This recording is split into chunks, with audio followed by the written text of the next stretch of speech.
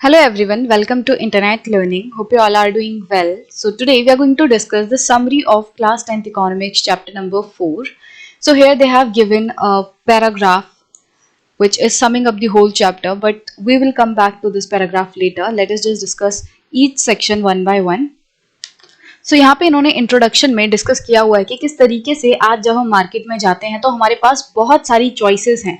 मतलब अगर हम एक चीज खरीदने जाएंगे तो हमारे पास हजार ऑप्शंस होंगे उस चीज को खरीदने के लिए, चाहे कोई भी चीज हो। अगर हमें शर्ट खरीदनी है तो 10 ब्रांड्स के जो शर्ट हैं वो हमारे सामने होंगे। अगर हमें फोन खरीदना है तो बहुत सारी कंपनीज है, उनके फोन मार्केट में हैं एंड हमें चूज करना होता है कि हमें किस कंपनी का, किस ब्रांड का कौन सा प्रोडक्ट हमें चाहिए।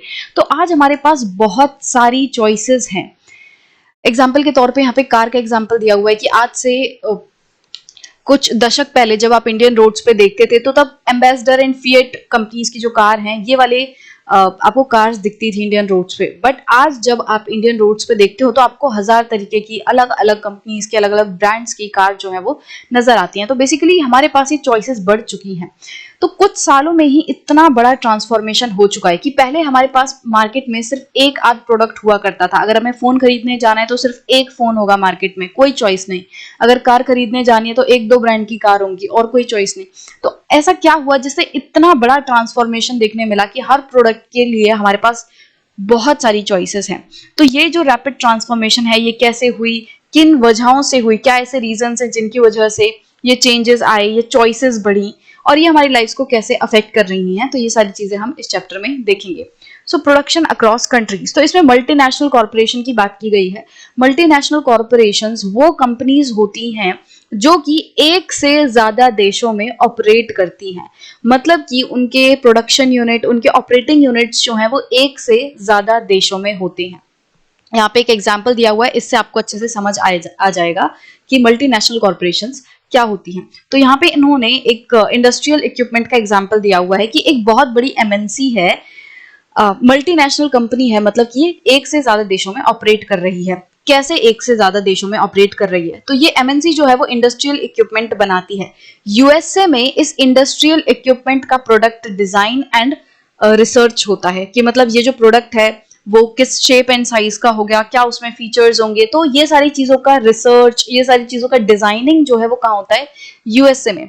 जब एक बार डिजाइन एंड रिसर्च फाइनलाइज हो जाती है उसके बाद इस पूरे इंफॉर्मेशन को चाइना भेजा जाता है कंपोनेंट्स को प्रोड्यूस करने के लिए। लेट्स से ये जो प्रोडक्ट है इसको बनने के लिए 4 कंपोनेंट्स चाहिए। मान लो ये इंडस्ट्रियल इक्विपमेंट कोई मशीन है, अब इस मशीन के 4 पार्ट हैं, तो कौन सा पार्ट कैसे बनेगा, पूरी मशीन कैसे होगी, इन सारी चीज के ऊपर डिजाइन एंड रिसर्च करने के बाद इस पूरी इंफॉर्मेशन को चाइना भेजा गया एंड चाइना में प्रोडक्ट डेवलपमेंट होगा। इस मशीनरी के कंपोनेंट्स जो हैं डेवलप होंगे। चाइना में जो कंपोनेंट्स डेवलप हुए उनको मैक्सिको एंड ईस्टर्न यूरोप की कंट्रीज में भेजा जाएगा ताकि वहां पे ये कंपोनेंट्स को असेंबल किया जा सके एंड फाइनल प्रोडक्ट बन सके। जब एक बार फाइनल प्रोडक्ट बन जाएगा तो मैक्सिको एंड ईस्टर्न यूरोप जो है वो असेंबल करके फाइनल प्रोडक्ट बनाएंगी एंड उसे बाकी दुनिया भर में बेचेंगी। एंड फाइनल प्रोडक्ट बनने के बाद बहुत सारे कस्टमर्स की क्वेरीज वगैरह होती हैं, उनको हैंडल करने के लिए इंडिया में कॉल सेंटर्स हैं। तो मतलब एक ही कंपनी है, कंपनी एक ही है, बट उसके काम जो है वो अलग अलग देशों में हो रहे हैं। कहीं उसकी रिसर्च हो रही है, कहीं उसकी डिजाइनिंग हो रही है, एक जगह उसके मैन्युफैक्चरिंग हो रही है उसके पार्ट्स की, दूसरी जगह उसके पार्ट्स को असेंबल किया जा रहा है एंड उसके बाद जो इंडिया है वहां पे कॉल सेंटर्स वगैरह आफ्टर सेल सर्विस के लिए स्टैब्लिश किए गए हैं। तो एमएनसीज वो कंपनीज होती हैं जो एक से ज्यादा देशों में ऑपरेट करती हैं, जिनके ऑफिस एक से ज्यादा कंट्रीज में होते हैं, जिनकी फैक्ट्रीज वगैरह जो हैं एक से ज्यादा कंट्रीज में होती हैं, उनको हम मल्टीनेशनल कॉर्पोरेशंस कहते हैं। एंड ये जो एमएनसीज हैं वो सिर्फ और सिर्फ गुड्स में ही डील नहीं करती बल्कि सर्विसेज भी प्रोड्यूस करती हैं। जैसे यहाँ पे हमने देखा हमारे एग्जाम्पल में जो इंडस्ट्री है वो, मतलब ये जो एमएनसी है वो इक्विपमेंट तो बना ही रही है, एक प्रोडक्ट, एक गुड तो बना ही रही है, बट उसके साथ साथ सर्विसेज भी प्रोवाइड कर रही है। गुड्स जो हैं ऐसी चीजें होती हैं जिन्हें आप देख सकते हो, छू सकते हो, महसूस कर सकते हो, बट सर्विसेज जो हैं वो उनको आप आंखों से नहीं देख सकते, उनको आप एक्सपीरियंस कर सकते हो। अगर जैसे कॉल सेंटर है, ये आप देख तो नहीं सकते कि वो आपको क्या चीज दे रहा है।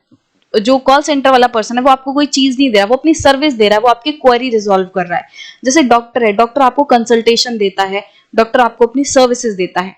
तो गुड्स जो हैं उनमें तो एमएनसीज डील करती ही हैं, बट सर्विसेज भी प्रोड्यूस कर रही हैं, सर्विसेज में भी डील कर रही हैं। एंड इसकी वजह से जो एमएनसी है इसका पूरा सिस्टम बहुत ही ज्यादा कॉम्प्लेक्स हो जाता है। बहुत सारे देशों में इसका ऑपरेशन चल रहा होता है, बहुत सारे देशों से ये ऑपरेट कर रही होती है, कहीं पे प्रोडक्ट बन रहा है, कहीं पे असेंबल हो रहा है, कहीं पे सर्विसेज दी जा रही हैं। तो इस तरीके से काफी कॉम्प्लेक्स सिस्टम इनका रहता है। अब ये कंपनीज ऐसा क्यों करती हैं, क्यों वो एक ही देश में जाके ऑपरेट क्यों नहीं कर सकती? मतलब मान लो ये जो हमने एग्जांपल लिया एमएनसी का, वो यूएस की कंपनी थी, मतलब वो बेसिकली यूएस में ओरिजिनेट हुई, यूएस में उसका ऑफिस था। तो क्यों वो सिर्फ यूएस में काम नहीं कर रही? क्यों वो चाइना में मैन्युफैक्चरिंग करवा रही है? क्यों वो मैक्सिको एंड ईस्टर्न यूरोप में असेंबली करवा रही है? तो उसका रीजन ये है कि ये कंपनीज जो है वो अपनी कॉस्ट को कट करना चाहती हैं। मतलब कोई भी जो कंपनी है वो अपने हमेशा ये चाहेगी कि जो उसका प्रोडक्ट है वो सस्ते से सस्ते में बन जाए। तो कभी कभी क्या होता है कि जैसे यूएस है, अब यूएस में मैन्युफैक्चरिंग की कॉस्ट बहुत ज्यादा है, अगर कंपनी यूएस में मैन्युफैक्चरिंग यूनिट लगाएगी तो बहुत महंगा पड़ेगा। एंड चाइना में कंपनी गई एंड चाइना में जो मैन्युफैक्चरिंग का खर्चा है वो बहुत ही कम है। तो इस कंपनी ने जो ओरिजिनली यूएस की थी उसने क्या किया, अपनी मैन्युफैक्चरिंग यूनिट चाइना में लगा ली, क्योंकि चाइना में लेबर बहुत सस्ता है, वहां पे लैंड वगैरह एक्वायर करना इजी है, सस्ता है। तो बहुत सारे ऐसे फायदे हैं जिनकी वजह से चाइना में मैन्युफैक्चरिंग काफी इजी है और काफी सस्ती है। तो इसीलिए इस एमएनसी ने अपना जो मैन्युफैक्चरिंग यूनिट है वो चाइना में लगाया। एंड इसके बाद फिर मैक्सिको एंड ईस्टर्न यूरोप वाली जो कंट्रीज हैं वहां पे असेंबली ज्यादा आसानी से हो पाती है। एंड क्योंकि मैक्सिको एंड ईस्टर्न यूरोप जो है वो अल्टीमेट कंज्यूमर के पास ज्यादा है, मतलब जिन देशों को वो इंडस्ट्रियल इक्विपमेंट बेचना है वो देश मैक्सिको एंड ईस्टर्न यूरोप से काफी पास है, इसीलिए वहां पे असेंबली की जा रही है। एंड इंडिया में काफी एजुकेटेड लोग हैं, इंग्लिश भाषा जानते हैं एंड काफी सस्ता लेबर है अगेन, इसीलिए इंडिया में जो कॉल सेंटर्स हैं वो सेटअप किए गए हैं। इंडिया में काफी आसानी से कंप्यूटर्स वगैरह जो हैं ये पूरा सिस्टम अवेलेबल है जहाँ पे कॉल सेंटर की सर्विसेज दी जा सकती हैं, तो इसीलिए इंडिया में ये सारा काम किया गया। तो ओवरऑल अगर ये कंपनी, अगर ये एमएनसी सारा कुछ सिर्फ यूएस में रह के करती तो इसकी कॉस्ट बहुत ज्यादा आती, बट अब इसने अपने काम को पार्ट्स में डिवाइड कर दिया। कहीं पे वो डिजाइनिंग कर रही है, कहीं पे वो प्रोडक्शन कर रही है, कहीं पे वो असेंबली कर रही है, कहीं से वो कॉल सेंटर की सर्विसेज दे रही है। तो हो क्या रहा है कि ये सारी चीजें भले ही अलग अलग देशों में हो रही हैं, बट जब इनकी कॉस्ट निकाली जा रही है तो ये इसके कंपैरिजन में काफी सस्ते पड़ रही हैं। ठीक है, इसीलिए एमएनसीज जो हैं वो अलग अलग देशों में ऑपरेट करती हैं, क्योंकि उनको कॉस्ट सेविंग करनी होती है। जिस देश में उनको जो काम सस्ता मिलेगा वो उस देश में वो काम करने चली जाएंगी। अगर कहीं पे प्रोडक्शन सस्ती हो रही है तो वो उस देश में प्रोडक्शन यूनिट जो है सेटअप कर लेंगी।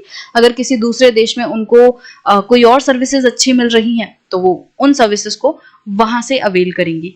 तो मेन पर्पस जो है वो कॉस्ट कटिंग है। Then interlinking production across countries. अब इस सेक्शन में और ज्यादा डिटेल में एमएनसीज के वर्किंग को डिस्क्राइब किया गया है कि एमएनसीज एक्चुअली कैसे ऑपरेट करती हैं, किस तरीके से ये काम करती हैं। तो अभी अभी हमने डिस्कस किया कि क्या ऐसे मेन रीजन है जिसकी वजह से एमएनसीज जो है वो अलग अलग मार्केट्स में जाती हैं। तो जनरली एमएनसीज क्या करती हैं, वो उन मार्केट्स में, उन देशों में जाके प्रोडक्शन यूनिट सेट करती हैं जो कि मार्केट के पास होते हैं। ठीक है, इसके साथ साथ सिर्फ मार्केट ही मैटर नहीं करता, और भी बहुत सारी चीजें मैटर करती हैं। जैसे कि जिस देश में वो अपनी यूनिट लगाने की सोच रहे हैं, क्या वहां पे skilled and unskilled labour available है, वो भी सस्ते दाम पर। मतलब अगर यूएस में भी बहुत महंगे दाम पे एम्प्लॉय मिल रहे हैं एंड इंडिया में भी अगर बहुत हाई कॉस्ट है लेबर की, तो फिर कोई कंपनी इंडिया क्यों आएगी? वो तो सोचेगी चलो यूएस में ही बना लेते हैं प्रोडक्ट। तो मेन चीज क्या है कि जो लेबर है, स्किल्ड लेबर है, अनस्किल्ड लेबर है, क्या वो सस्ते में मिल रहा है कि नहीं। इसके अलावा दूसरी जो और इंपॉर्टेंट चीजें हैं वो है कि दूसरे फैक्टर्स ऑफ प्रोडक्शन, जैसे कि फैक्टर्स ऑफ प्रोडक्शन मतलब वो सारी चीजें जो कि प्रोडक्शन में हेल्प करती हैं, जो कि प्रोडक्शन के काम आती हैं। जैसे जब आपको प्रोडक्शन करनी है तो आप कहाँ से शुरू करोगे? आप जमीन वगैरह खरीदोगे, वहां पे फिर बिल्डिंग बनाओगे, बिल्डिंग बनाने के बाद इलेक्ट्रिसिटी की सप्लाई भी देखनी है, वाटर सप्लाई देखनी है, ठीक है, गवर्नमेंट के रूल्स एंड रेगुलेशंस देखने हैं। तो ये सारी चीजें जो है वो मैटर करती हैं। खैर, फैक्टर्स ऑफ प्रोडक्शन में तो आप लैंड, लेबर, कैपिटल, इन सारी चीजों को काउंट करोगे। तो एमएनसीज उन देशों में, उन देशों को खोजती हैं, उन देशों को देखती हैं जहां पे स्किल्ड एंड अनस्किल्ड लेबर सस्ता हो, जो देश मार्केट के पास में हो, जहां पे दूसरे factors of production easily available हो, सस्ते में हो, जैसे लैंड, बिजली, वाटर, ये सारी चीजें हों। एंड इन सब के साथ साथ गवर्नमेंट पॉलिसीज भी थोड़ी इजी हो। ऐसा ना हो कि गवर्नमेंट बहुत ज्यादा कंट्रोल करती है, गवर्नमेंट जो है वो बहुत ज्यादा खींच के रखती है। तो अगर गवर्नमेंट की पॉलिसीज स्ट्रिक्ट है तो एमएनसी वहां पे जाना अवॉइड करेगी, बट अगर गवर्नमेंट की जो पॉलिसीज है वो फ्लेक्सिबल है, इजी गोइंग है, तो एमएनसी उस देश में जरूर जाना चाहेगी। जब एक बार एमएनसीज ये देख लेती हैं कि सारी चीजें सही हैं, मतलब सस्ता लेबर है, सस्ते दाम पे अदर फैक्टर्स ऑफ प्रोडक्शन है, गवर्नमेंट पॉलिसीज जो है वगैरह सही है, तो उसके बाद जो ये एमएनसीज है वो क्या करती हैं, अपनी फैक्ट्रीज सेटअप करती हैं प्रोडक्शन के लिए। एंड फैक्ट्रीज सेटअप करने के लिए वो क्या करेंगी, वो जमीनें खरीदेंगी, वो बिल्डिंग सेटअप करेंगी, बिल्डिंग को बिल्ड करेंगी, बनाएंगी, वहां पे मशीनें लाएंगी, इन सब में वो क्या करेंगी, पैसे लगाएंगी। जमीन को खरीदने के लिए पैसा लगता है, तो जो फॉरेन कंपनी है, जो एमएनसी है, जो दूसरे देश से आई है, वो इस नए देश में आके क्या करेगी, जमीनें खरीदेगी। जमीन कैसे खरीदेगी, पैसा देके। तो जब इस देश में एमएनसी पैसे देके जमीन खरीदेगी तो ये नया देश क्या बोलेगा कि मेरे देश में फॉरेन से पैसा आया है, तो ये देश के लिए ये क्या है, फॉरेन इन्वेस्टमेंट है। एमएनसी क्या कर रही है, वो इस देश में फॉरेन इन्वेस्टमेंट कर रही है, क्योंकि एमएनसी फॉरेनर है और वो क्या कर रही है, इन्वेस्टमेंट कर रही है। इन्वेस्टमेंट जो है, जब भी हम कोई भी पैसा रिटर्न या प्रॉफिट के लिए करते हैं, लगाते हैं, उस चीज को हम इन्वेस्टमेंट कहते हैं, राइट।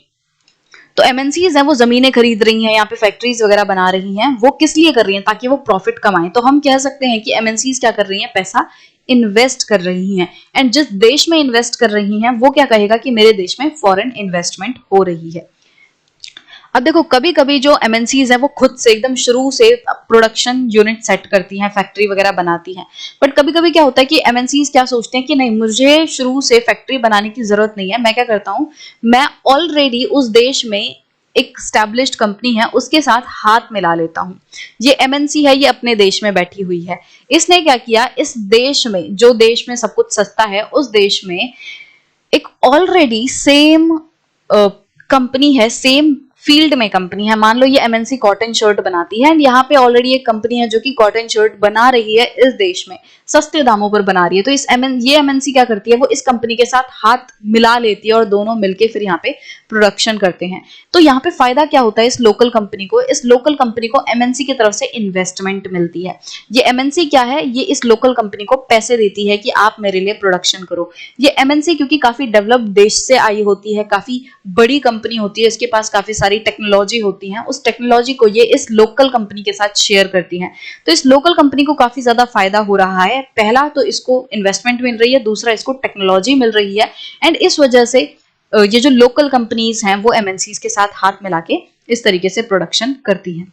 ठीक है, दूसरा एक और, मतलब दूसरा नहीं, तीसरा जो तरीका है जिससे एमएनसीज ऑपरेट करती हैं, वो देखो अभी हमने क्या पढ़ा कि ये जो एमएनसीज हैं वो लोकल कंपनी के साथ हाथ मिला रही हैं, बट इससे ज्यादा जो कॉमन चीज है, हाथ मिलाने से ज्यादा जो कॉमन चीज एमएनसीज करती हैं वो ये है कि वो इन लोकल कंपनीज को खरीद लेती हैं। तो जैसे हमने कॉटन शर्ट का एग्जांपल लिया कि यहाँ पे एमएनसी है एक, ये एमएनसी जो है वो क्या कर रही है, वो कॉटन शर्ट बना रही है एंड इसको सस्ते में अपनी कॉटन शर्ट बनानी है। अभी जिस देश में वो कॉटन शर्ट बना रही है, अपने ओरिजिनल देश में, लेट्स से यूएसए, तो यहाँ पे उसको कॉटन शर्ट बनाना बहुत महंगा पड़ रहा है। तो उसको है कि भाई वो दूसरे देश में जाए और सस्ते में बनाए। तो यहाँ पे इंडिया है, यहाँ पे सस्ते में काफी ज्यादा कॉटन शर्ट बन जाती हैं। और इंडिया में एक लोकल कंपनी है, कोई लोकल कंपनी है जो कि शर्ट बनाती है, तो एमएनसी क्या करेगी, इस लोकल कंपनी को खरीद लेगी, इस लोकल कंपनी को अपने अंडर ले लेगी, एकदम खरीद लेगी, और उसके बाद अपने नाम के साथ इस यहाँ पे प्रोडक्शन करेगी। एमएनसी को क्या फायदा होगा, जब ये लोकल कंपनी यहाँ पे है ऑलरेडी, तो इस लोकल कंपनी का अपना स्टैब्लिश्ड बिजनेस है, इस लोकल कंपनी के अपने प्रोडक्शन यूनिट्स हैं इंडिया में। तो यहाँ पे जब एमएनसी इस लोकल कंपनी को खरीदेगी तो उसको सब कुछ बना बनाया मिलेगा, उसको एक स्टैब्लिश्ड बिजनेस मिलेगा, स्टैब्लिश्ड मैन्युफैक्चरिंग यूनिट मिलेगी, बस उसको यहाँ पे पैसा डाल के प्रोडक्शन करवानी है और ज्यादा कुछ नहीं। तो एमएनसीज क्या करती हैं, वो हाथ मिलाने की बजाय क्या करती हैं, प्रेफर करती हैं कि वो इस लोकल कंपनी को खरीद डालें। तो तीसरा तरीके से जो एमएनसीज ऑपरेट करती हैं वो है लोकल कंपनीज को खरीदना। पहला हमने देखा कि एमएनसीज खुद जाके इस देश में क्या करती हैं, अपनी शुरू से प्रोडक्शन यूनिट सेटअप करती हैं, वो जमीनें खरीदेंगी, वो फैक्ट्रीज बनाएंगी।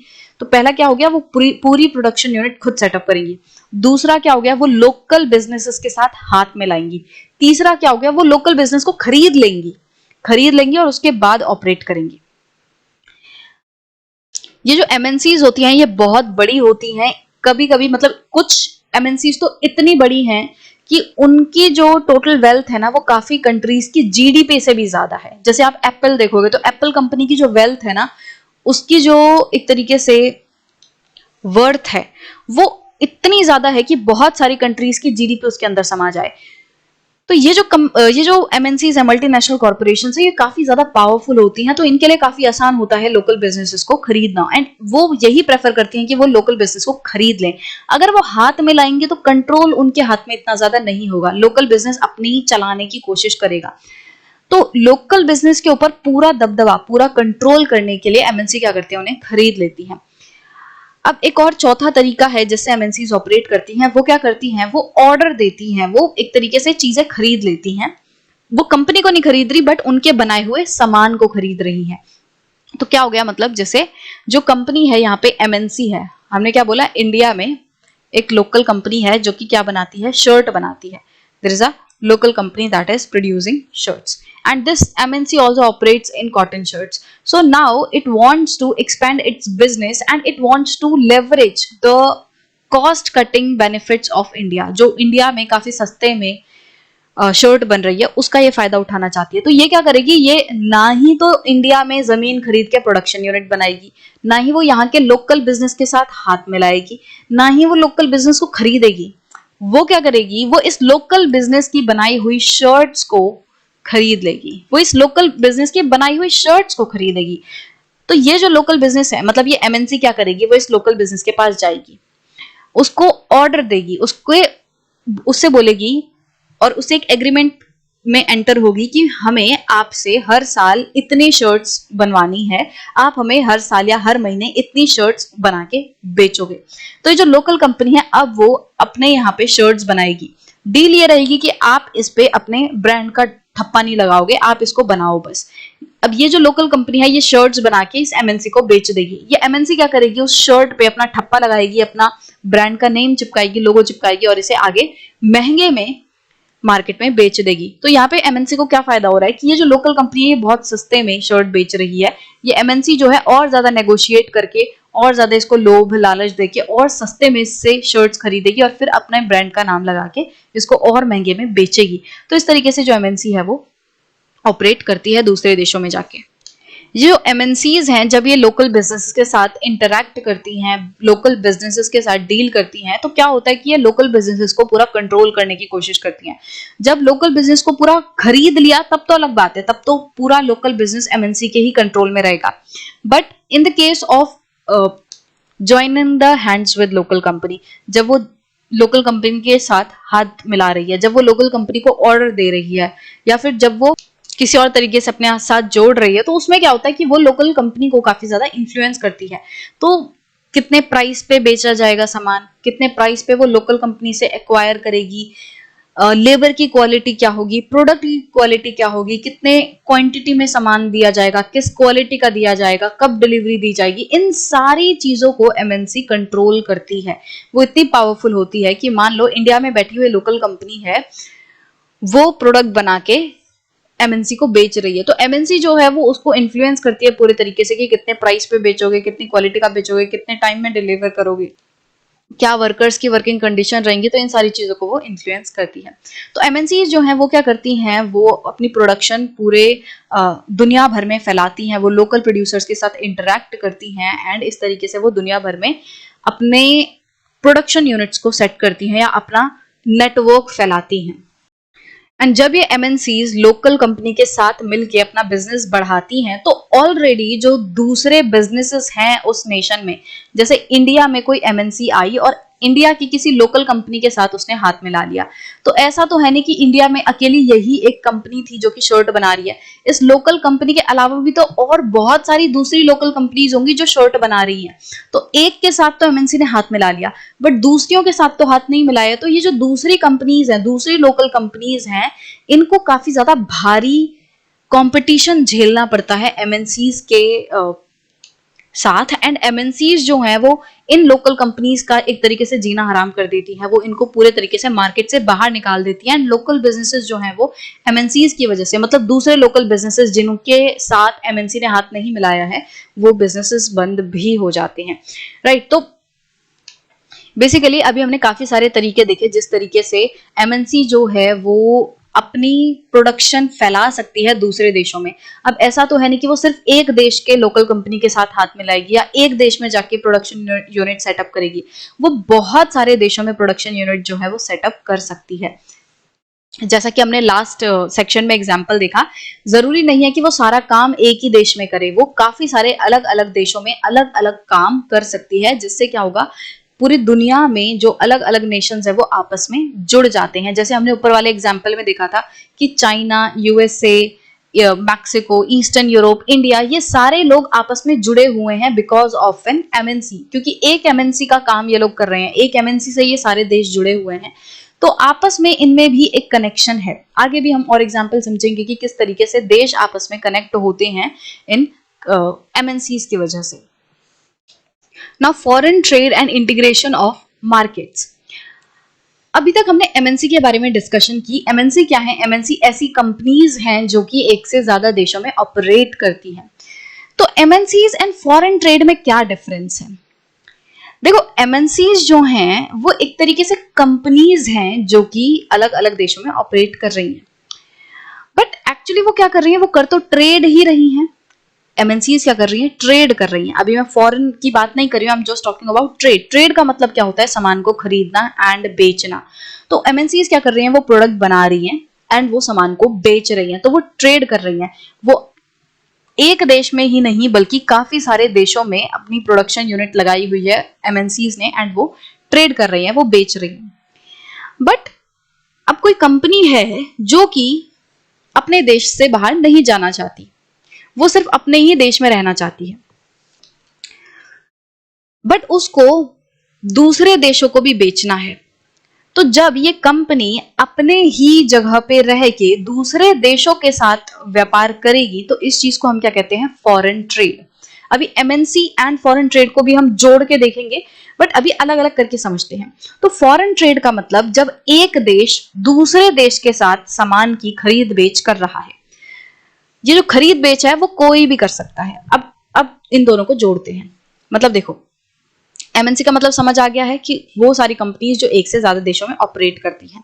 एंड फॉरेन ट्रेड का मतलब जब सामान को एक देश से दूसरे देश में बेचा जाता है और सामान को एक देश से दूसरे देश में लाया जाता है। इसका मतलब दो देश, दो नेशंस आपस में ट्रेड कर रहे हैं, खरीद बेच कर रहे हैं, तो इसको हम बोल रहे हैं फॉरेन ट्रेड।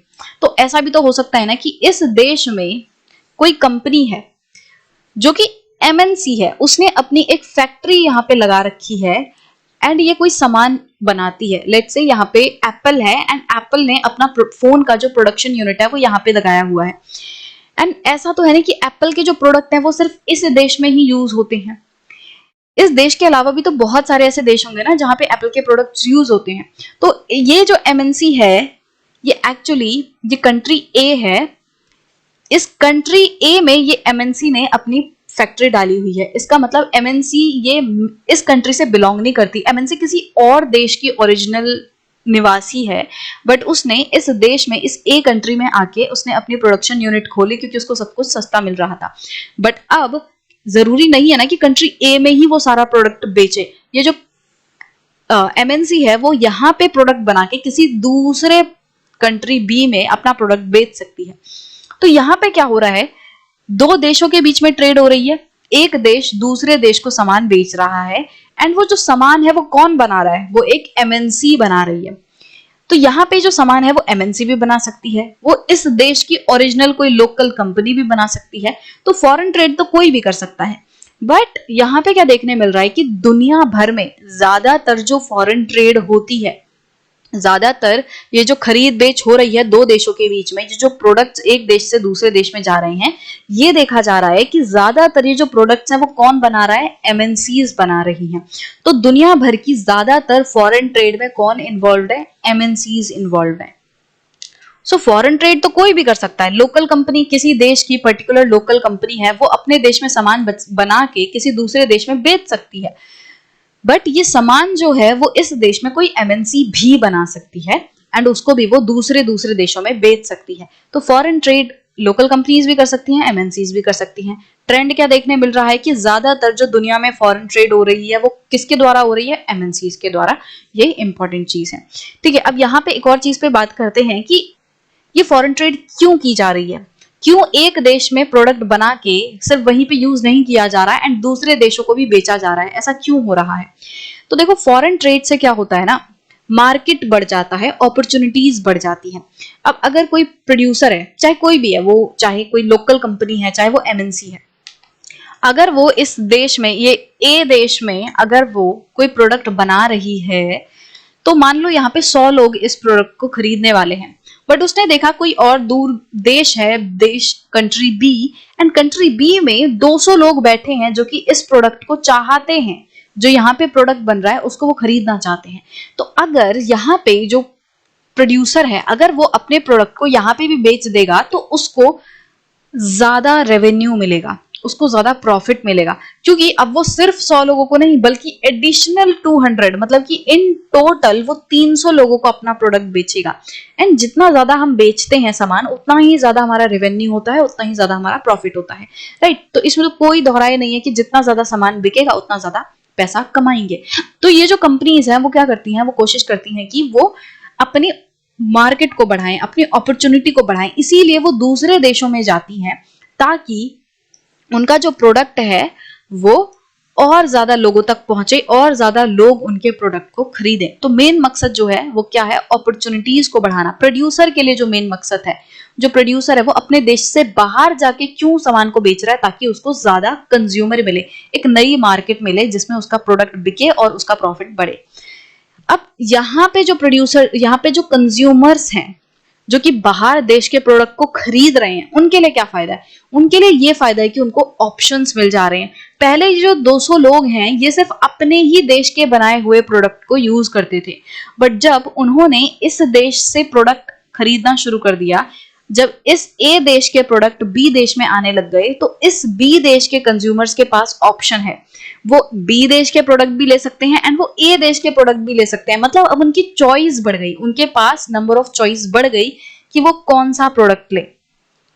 जो भी उन्हें बेहतर क्वालिटी का लगेगा, जो भी उन्हें सस्ता लगेगा, अच्छी क्वालिटी का लगेगा, वो फिर उस प्रोडक्ट को खरीद लेंगे। तो कंज्यूमर्स के लिए चॉइस बढ़ जाती है, प्रोड्यूसर्स के लिए मार्केट बढ़ जाता है, इसीलिए लोग फॉरेन ट्रेड करते हैं। एंड अब फॉरेन ट्रेड के वजह से और क्या क्या होता है?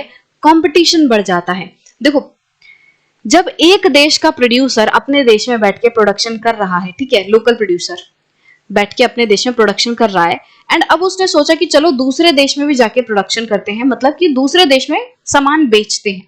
ठीक है, इस प्रोड्यूसर ने क्या किया? अपने देश में सामान प्रोड्यूस किया एंड उस सामान को दूसरे देश में बेच दिया, अनदर कंट्री में बेच दिया। अभी जो दूसरी कंट्री है इसमें भी तो सेम सामान बनाने वाले लोग होंगे, यहाँ पे भी तो कुछ प्रोड्यूसर्स होंगे जो कि ऑलरेडी उस सेम सामान को बना रहे होंगे। मान लो ये लोकल कंपनी पेंसिल बनाती है, अब यहाँ पे इस देश में ये अपनी पेंसिल बना के बेच रही है। अब ऐसा तो हो नहीं सकता कि इस देश में एक भी कंपनी ना हो जो कि पेंसिल बनाती हो। मान लो यहाँ पे भी अपनी कोई लोकल कंपनी है जो कि पेंसिल बनाती है, तो जब इस देश की कंपनी अपनी पेंसिल बना के इस दूसरे देश को बेचेगी, तो इस दूसरे देश की जो प्रोड्यूसर है उसको कंपटीशन देखना पड़ेगा इस कंपनी से। मान लो ये कंपनी ए है या कंट्री ए है एंड ये कंट्री बी है। जब कंट्री ए का प्रोड्यूसर कंट्री बी में जाएगा तो कंट्री बी के प्रोड्यूसर के साथ उसको कंपटीशन करना पड़ेगा। तो इस कंपटीशन में हो सकता है कंपनी ए सरवाइव कर जाए या कंट्री बी की जो कंपनी है वो सरवाइव कर जाए। तो यहाँ पे एक एग्जाम्पल दिया हुआ है, इसी से आपको अच्छे से समझ आ जाएगा कि ये कंपटीशन का मतलब क्या है। तो हमारे देश में काफी सारे टॉयज वगैरह जो हैं वो बनते हैं, काफी ज्यादा डिमांड है हमारे देश में बच्चों के खिलौनों की। तो चाइनीज मैन्युफैक्चरर ने इस चीज को नोटिस किया एंड उन्होंने एक अपॉर्चुनिटी देखी कि इंडिया में हम अपने टॉयज बना के बेच सकते हैं। इंडिया में जो टॉयज थे वो काफी ज्यादा हाई प्राइस पे मिल रहे थे, इसीलिए चाइनीज मैन्युफैक्चरर्स को लगा हम सस्ते दामों पर प्रोडक्ट बना के, सस्ते दामों पर टॉय बना के इंडिया में बेच सकते हैं। तो चाइनीज मैन्युफैक्चरर्स ने क्या किया, सस्ते दामों पर टॉयज बना बना के इंडिया में बेचना शुरू किया। अब इंडिया के जो बायर्स थे उनके पास दो ऑप्शन थे, एक तो इंडियन टॉयज एंड एक चाइनीज टॉयज। तो हुआ क्या, इंडियन टॉयज जो है वो बहुत ज्यादा महंगे थे एंड चाइनीज टॉयज जो है वो काफी ज्यादा सस्ते थे एंड काफी ज्यादा अलग थे, काफी यूनिक थे। उनमें मतलब अलग अलग डिजाइन थे, अलग अलग तरीके के वो टॉयज थे। तो चाइनीज टॉयज जो हैं उनको इंडिया में लोगों ने खरीदना शुरू कर दिया क्योंकि वो सस्ते थे एंड काफी यूनिक थे। तो इस चक्कर में क्या हुआ, धीरे धीरे करके चाइनीज टॉयज जो हैं वो बहुत ज्यादा पॉपुलर होने लगे एंड इंडियन टॉयज जो हैं वो धीरे धीरे मार्केट से जाने लगे क्योंकि इंडियन टॉयज को कोई खरीद नहीं रहा था। तो हुआ क्या, देखते ही देखते इंडिया में जो खिलौनों की दुकान थी उनमें 70 to 80% टॉयज जो है वो चाइनीज नजर आने लग गए एंड सिर्फ 20 से 30% जो है वो इंडियन टॉयज नजर आते थे। तो बेसिकली चाइनीज टॉयज ने इंडियन टॉयज को एकदम बाहर निकाल दिया मार्केट से। तो यहाँ पे क्या हो रहा है, बेसिकली जो ट्रेड है, जो फॉरेन ट्रेड है, उसकी वजह से क्या हुआ, चाइनीज टॉयज इंडियन मार्केट में आए। प्रोडक्ट कहाँ बन रहा है, चाइना में, उसको बेचा कहाँ जा रहा है, इंडिया में बेचा जा रहा है। तो हम कह सकते हैं इंडिया चाइनीज टॉयज को इंपोर्ट कर रहा है, हमारे देश में चाइनीज टॉयज आ रही हैं। जब हमारे देश में चाइनीज टॉयज आए तो इंडियन टॉय प्रोड्यूसर्स के साथ उनको compete करना पड़ा। इंडियन टॉय मेकर्स जो हैं उनको एक स्टिफ कंपटीशन देखने मिला चाइनीज टॉयज से एंड चाइनीज टॉयज जो हैं इस कंपटीशन में जीत गए एंड इंडियन टॉय प्रोड्यूसर्स जो हैं वो एक तरीके से उनका बिजनेस बंद हो गया एंड वो कंपटीशन को हार गए। क्योंकि देखो, जब दुकान में दो सामान रखे हैं, एक चाइना का है एक इंडिया का है, तो बेसिकली उनमें कंपटीशन ही चल रहा है कि जो कंज्यूमर है वो किस प्रोडक्ट को खरीदेगा, वो चाइनीज प्रोडक्ट को खरीदेगा या इंडियन प्रोडक्ट को खरीदेगा। एंड जिस प्रोडक्ट को कंज्यूमर ज्यादा खरीदेगा वो प्रोडक्ट इस कंपटीशन को जीत जाएगा। तो ऐसा ही हुआ यहाँ पे कि चाइनीज प्रोडक्ट जो है उसको ज्यादातर लोग खरीदने लग गए, इंडियन प्रोडक्ट की डिमांड घट गई। जब डिमांड घट गई, जब कोई खरीदने वाला ही नहीं है तो बिजनेस प्रोडक्ट बना के करेंगे क्या, और धीरे धीरे करके जो बिजनेसेस हैं वो बंद होने लग गए इंडिया में टॉयज के फील्ड में। तो यहाँ पे क्या हो रहा है कि फॉरेन ट्रेड जो है वो क्या कर रही है, वो मार्केट्स को कनेक्ट कर रही है। तो देखो, जो प्रोडक्ट है जैसे टॉय हैं वो पहले सिर्फ चाइनीज मार्केट में बेचे जाते थे, बट अब वो इंडियन मार्केट में भी बेचे जा रहे हैं। इसका मतलब चाइनीज मार्केट जो है वो इंडियन मार्केट के साथ कनेक्ट हो गई, लिंक हो गई, राइट। तो फॉरेन ट्रेड क्या करती है, वो मार्केट्स को कनेक्ट करती है या अलग अलग देशों की मार्केट को इंटीग्रेट करती है, जोड़ती है। सो आई होप कि आपको ये वाला सेक्शन पे अच्छे से समझ आया होगा कि किस तरीके से जो फॉरेन ट्रेड है वो जोड़ती है अलग अलग देशों की मार्केट्स को। अब बात करते हैं ग्लोबलाइजेशन की। तो अगर मैं आपको बताऊं कि जो भी कुछ अभी तक हमने पढ़ा है, चाहे वो फॉरेन ट्रेड हो, चाहे वो एमएनसीज का ऑपरेशन हो, वो बेसिकली ग्लोबलाइजेशन ही है। हमने अभी तक क्या पढ़ा, देखो टॉपिक्स के नाम पढ़ो। हमने पढ़ा इंटीग्रेशन ऑफ मार्केट्स, मार्केट्स का जोड़ना। फिर हमने पढ़ा, इससे पहले हमने जो टॉपिक देखा वो था प्रोडक्शन अक्रॉस कंट्रीज। तो इसमें कहीं ना कहीं कंट्रीज लिंक हो रही है। तो दोनों ही टॉपिक्स में हमें क्या समझ आया कि जो प्रोडक्शन है, जो एक तरीके से बिजनेस हो रहा है, वो अलग अलग देशों के बीच में हो रहा है, अलग अलग देश की मार्केट्स आपस में जुड़ रही हैं। एंड बहुत ही सिंपल टर्म्स में इसी चीज को हम ग्लोबलाइजेशन कहते हैं। जब जो प्रोडक्शन है, जब बिजनेसेस जो हैं वो सिर्फ एक देश तक सीमित ना रहें, जब अलग अलग नेशंस दूसरे देशों के साथ मिलके प्रोडक्शन करें, दूसरे देशों के साथ इंटरैक्ट करें, उसी चीज को हम क्या कहते हैं, ग्लोबलाइजेशन। मतलब एक देश है जो अपने आप में लगा पड़ा है, सारा प्रोडक्ट खुद बनाता है, खुद सब कुछ यूज करता है, ना किसी दूसरे देश को सामान बेचता, ना किसी दूसरे देश से सामान खरीदता। तो क्या ऐसा देश ग्लोबलाइज्ड कहलाएगा? नहीं। तो मतलब या ऐसा देश इंटरकनेक्टेड कहलाएगा? नहीं कहलाएगा।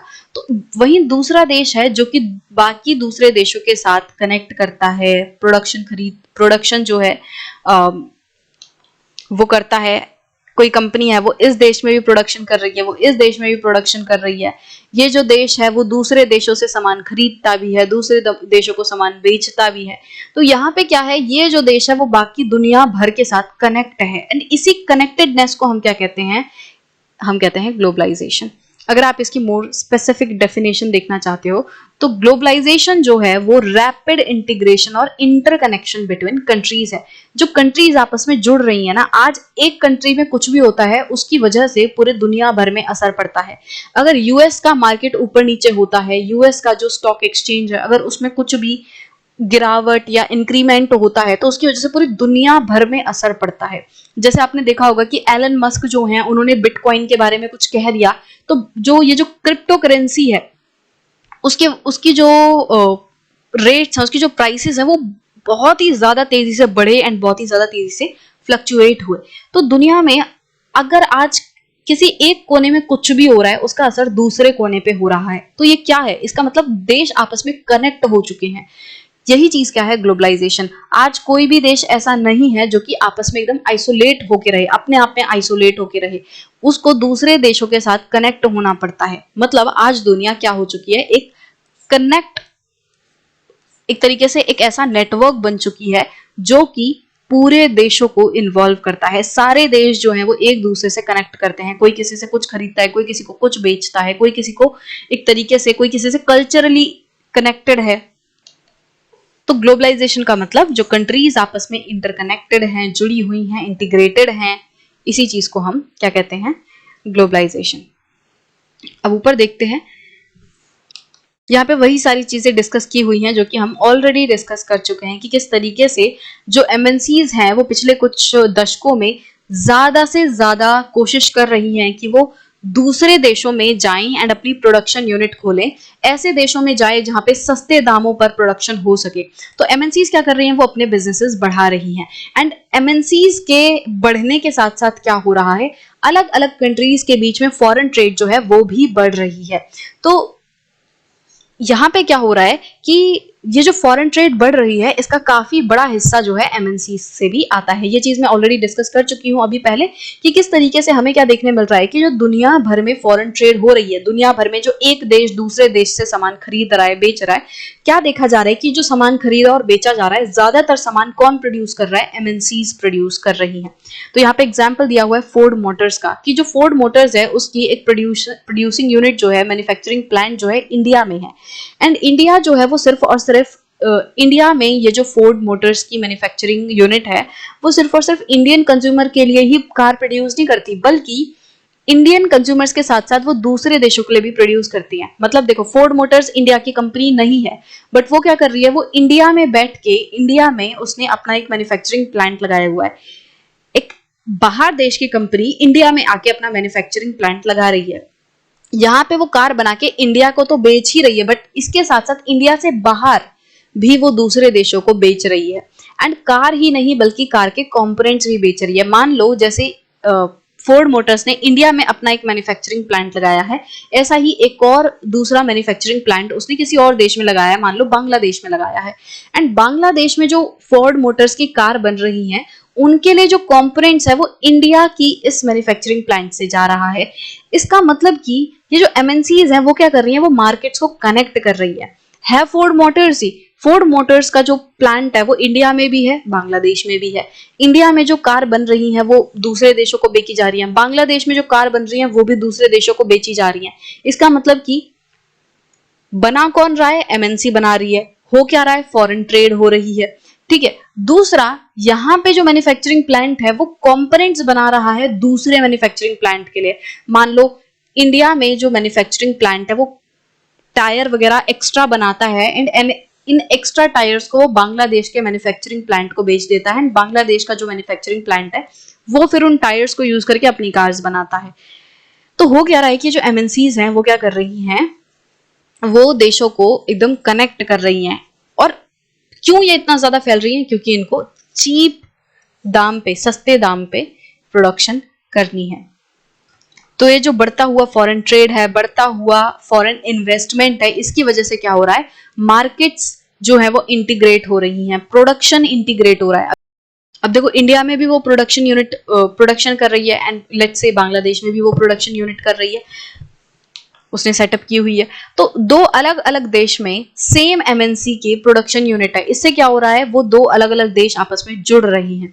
ठीक है। तो ये जो ग्रेटर फॉरेन इन्वेस्टमेंट है, जब फोर्ड मोटर्स ने इंडिया में आके अपनी मैन्युफैक्चरिंग यूनिट लगाई तो वहां पे उसने इन्वेस्टमेंट की, पैसा लगाया, जमीन खरीदी, बिल्डिंग खड़ी की, फैक्ट्री बनाई, तो इन्वेस्टमेंट की। एंड इन्वेस्टमेंट के साथ साथ वो फॉरेन ट्रेड कर रहा है, दूसरे देशों को बेच रहा है। तो ये जो फॉरेन ट्रेड है, फॉरेन इन्वेस्टमेंट है, इसकी वजह से क्या हो रहा है, अलग अलग देशों की मार्केट इंटीग्रेट हो रही है। एंड इसी इंटीग्रेशन को हम क्या कहते हैं, ग्लोबलाइजेशन कहते हैं। एंड ये जो ग्लोबलाइजेशन है वो सिर्फ और सिर्फ गुड्स में ही नहीं है बल्कि सर्विसेज में भी हो रही है। एक देश से दूसरे देश में सर्विसेज दी जा रही हैं, एक देश से दूसरे देश से सर्विसेज ली जा रही हैं, तो सर्विसेज की भी फॉरेन ट्रेड हो रही है। आज जो है वो पूरा देश, पूरी दुनिया जो है वो कनेक्टेड है। पूरी दुनिया एक एक विलेज बन चुका है, ग्लोबल विलेज कहा जाता है कि आज पूरा वर्ल्ड जो है वो एक ग्लोबल विलेज बन चुका है, एक ऐसा गांव बन चुका है जो आपस में कनेक्टेड है। आज दुनिया आइसोलेटेड नहीं है बल्कि कनेक्टेड है। दुनिया का हर देश जो है वो एक दूसरे से किसी ना किसी तरीके से कनेक्टेड है। सो अभी हमने देखा कि क्या हो रहा है, फॉरेन ट्रेड हो रही है गुड्स एंड सर्विसेज में, ठीक है, इन्वेस्टमेंट हो रही है, फॉरेन इन्वेस्टमेंट हो रही है, टेक्नोलॉजी की मूवमेंट होती है। इन सारी चीजों के साथ साथ ये जो अलग अलग देश हैं वो एक और जरिए से जुड़े हुए हैं, वो है लोगों के जरिए। जो देखो, ऐसा तो है नहीं कि सिर्फ सामान ही एक देश से दूसरे देश में जाते हैं, सामान के साथ साथ लोग भी एक देश से दूसरे देश में मूव करते हैं। बहुत सारे इंडियंस जो हैं वो इंडिया छोड़ के दूसरे देशों में गए हैं, दूसरे देश के भी काफी सारे लोग जो हैं वो इंडिया में आए हुए हैं। तो ये क्या है, ये लोगों का मूवमेंट हो रहा है कंट्रीज के बीच में, एंड इससे भी अलग अलग कंट्रीज जो हैं वो जुड़ रही हैं। तो लोग एक देश से दूसरे देश में क्यों मूव करते हैं? बेटर इनकम के लिए, बेटर जॉब्स के लिए, या बेटर एजुकेशन के लिए। इन सारी चीजों के लिए लोग जो हैं वो मूव करते हैं। एंड ये भी क्या कर रहे हैं, ये ग्लोबलाइजेशन को एक तरीके से बढ़ावा दे रहे हैं, दुनिया को इंटरकनेक्टेड बना रहे हैं। तो गुड्स भी मूव हो रही हैं एक देश से दूसरे देश में, सर्विसेज भी एक देश से दूसरे देश में मूव हो रही हैं, आइडियाज भी एक देश से दूसरे देश में मूव हो रहे हैं, एंड लोग भी एक जगह से दूसरी जगह मूव हो रहे हैं, एक देश से दूसरे देश में जा रहे हैं। अब कौन से ऐसे फैक्टर्स हैं जिनकी वजह से ग्लोबलाइजेशन इतना ज्यादा बढ़ा, मतलब दुनिया इतनी ज्यादा कनेक्ट हो गई? तो पहला फैक्टर है टेक्नोलॉजी। तो जो टेक्नोलॉजी है वो बहुत तेजी से बढ़ी है, जिसकी वजह से देश जो है वो आपस में बहुत इजीली कम्युनिकेट कर पा रहे हैं, इजीली बिजनेस कर पा रहे हैं, ट्रेड कर पा रहे हैं। तो जैसे कि सबसे इंपॉर्टेंट जो आप टेक्नोलॉजी डेवलपमेंट कहोगे ट्रेड के लिए, वो है improvement in transportation technology. Transportation technology बहुत ज्यादा मतलब इवॉल्व हुई है, बहुत ज्यादा डेवलप हुई है। आज से 1000 साल पहले कोई रेलगाड़ी नहीं थी, कोई एरोप्लेन, कोई शिप्स वगैरह नहीं थी, तब लोगों के लिए बहुत ज्यादा मुश्किल होता था एक देश से दूसरे देश में जाना। कोई सामान एक देश से दूसरे देश में भेजना एकदम इम्पॉसिबल सा था। बट आज क्या है, आज हम ट्रांसपोर्टेशन टेक्नोलॉजी बहुत ज्यादा आगे बढ़ चुकी है। आज एयरवेज हैं, रेलवेज हैं, वाटरवेज हैं, रोडवेज हैं। इन सब की वजह से क्या होता है, सामान बहुत ही तेजी से, बहुत ही सस्ते में एक देश से दूसरे देश मूव कर जाता है। एंड एक बड़ी डेवलपमेंट क्या है इन कंटेनर्स की, ये जो ट्रेन के डब्बे जैसे कंटेनर्स दिख रहे हैं, ये एक बड़ी डेवलपमेंट है। इनकी वजह से जो ट्रांसपोर्टेशन है सामान का वो बहुत इजी हो चुका है। इन कंटेनर्स में सामान भर दिया जाता है, बहुत बड़ी मात्रा में इन कंटेनर्स में सामान भर दिया जाता है। इन कंटेनर्स में सामान जो है काफी सेफ रहता है, वो हिलता डुलता नहीं है, खराब नहीं होता।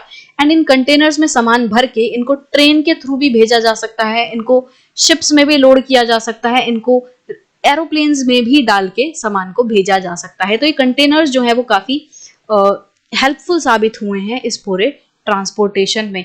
एक देश से दूसरे देश में सामान को भिजवाने में इन कंटेनर्स ने काफी इंपॉर्टेंट रोल प्ले किया है।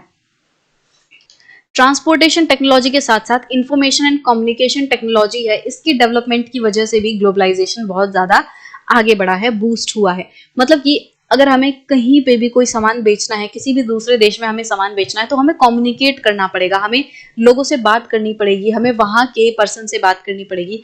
अगर हम किसी को सामान बेच रहे हैं तो हमें कोई हमारा सामान खरीद तो रहा होगा ना, कोई तो पर्सन होगा जो हमारे बेचे हुए सामान को खरीदेगा। तो उस पर्सन से कैसे बात की जाए, कैसे मैं उससे बात करूं, कैसे उसको बताऊं कि मेरे प्रोडक्ट का क्या प्राइस है, मैं कितनी क्वांटिटी बेच सकती हूँ। तो ये सब कैसे होगा, कम्युनिकेशन करके, कम्युनिकेट करके। एंड कम्युनिकेट कैसे करें, अब चिट्ठी पत्री अगर भेजेंगे, कबूतर के जरिए अगर हम इंफॉर्मेशन भेजेंगे तो काम नहीं चल पाएगा।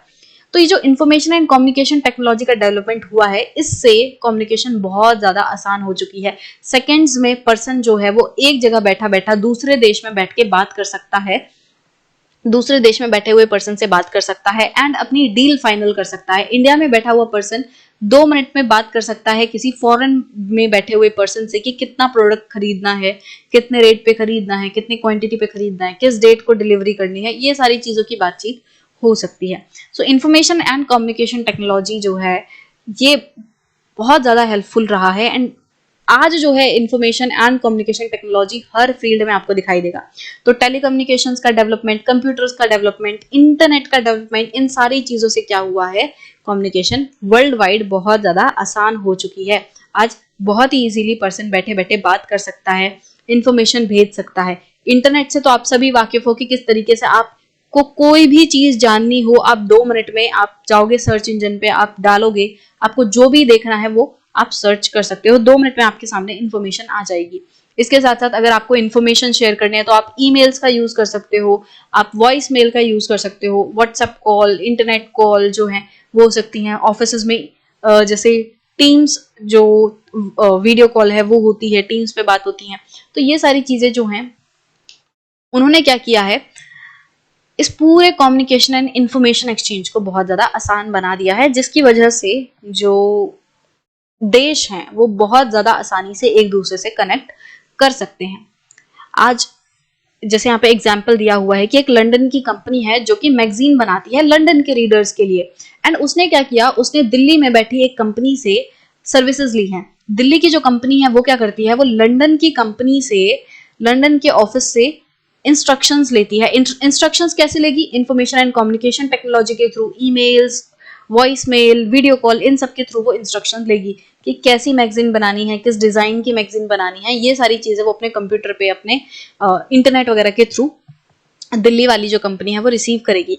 जब एक बार दिल्ली वाली कंपनी को ये पता चल जाएगा कि अच्छा ये डिजाइन बनाना है, ये सारी चीजों को प्रिंट करना है, वो क्या करेगी, वो उसको प्रिंट करेगी एंड जो डिजाइन बनाएगी ना वो भी कैसे बनाएगी, कंप्यूटर पे बनाएगी। हाथ से डिजाइन नहीं बनाएगी कि मैगजीन कैसे बननी चाहिए, कौन सी पिक्चर कहाँ लगनी चाहिए, कौन सा आर्टिकल कहाँ जाना चाहिए। तो ये जो पूरी डिजाइनिंग है, क्या इमेजेस डाली जाएंगी, क्या उसका फॉन्ट होगा, क्या उसका फॉर्मेट होगा, तो ये सारी चीजें जब डिजाइन होंगी तो वो हाथ से नहीं होंगी, वो कंप्यूटर पे होंगी। तो कंप्यूटर पे सारी डिजाइनिंग करने के बाद, फाइनलाइजेशन करने के बाद जो दिल्ली वाली कंपनी है वो उसको वहीं पे प्रिंट कर देगी एंड प्रिंट करके वो लंदन वाली कंपनी को एयरवेज के थ्रू लंदन भेज देगी। मतलब क्या हुआ, लंदन में बैठे हुए लोग, उन्होंने इंस्ट्रक्शन दिया दिल्ली के लोगों को, दिल्ली में जो लोग हैं उन्होंने इंस्ट्रक्शंस रिसीव किए इंफॉर्मेशन कम्युनिकेशन के थ्रू, इंफॉर्मेशन टेक्नोलॉजी के थ्रू, अपने कंप्यूटर पे डिजाइन वगैरह बनाया एंड उसको प्रिंट कर दिया। मैगजीन प्रिंट करने के बाद उन्होंने एयरवेज के थ्रू, ट्रांसपोर्टेशन टेक्नोलॉजी के थ्रू लंदन भेज दिया। अब ऐसा क्या था कि दिल्ली वाले लोगों ने ही प्रिंट करके दिया, क्योंकि लंदन में अगर वो प्रिंट करते तो उनको बहुत ज्यादा महंगा पड़ता वो पूरा प्रिंटिंग सिस्टम। मतलब लंदन में प्रिंटिंग की जो कीमत है वो बहुत ज्यादा है, कॉस्टली पड़ता।